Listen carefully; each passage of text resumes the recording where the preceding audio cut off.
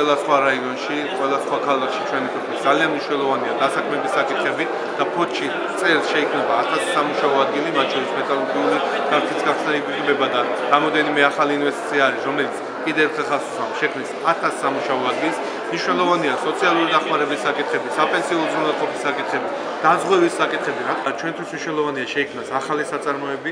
რა თქმა უნდა, კერძო ინვესტორს ვერ დაავალდებულებს სახელმწიფო რამდენი ყავდეს არამშრომელი ან როგორი იყოს მისი გაფასება, მაგრამ თუ ფოთში იქნება ჩვენ თანამოქალაქეები იქნება კონკურენტუნარიანები, შესაბამისი პროფესია იქნება, კვალიფიკაცია იქნება, ისინი შეძლებენ სამუშაოს ფორმას, მათ შორის იმ ახალი 1000 სამუშაო ადგილის შექმნის შემდეგ დასაქმებენ სწორედ ფოთელები, სწორედ იმისთვის რომ ფოთელებს ჰქონდეთ მაღალი კვალიფიკაცია, ჩვენ გვაქვს შესაბამისი ასე ვთქვათ პროექტი გადამზადების, სადაც სახელმწიფო 1000 ლარს იხდის თითოეული გადამზადებული პირის მომზადებაში, ახალი კვალიფიკაციის შეძენაში.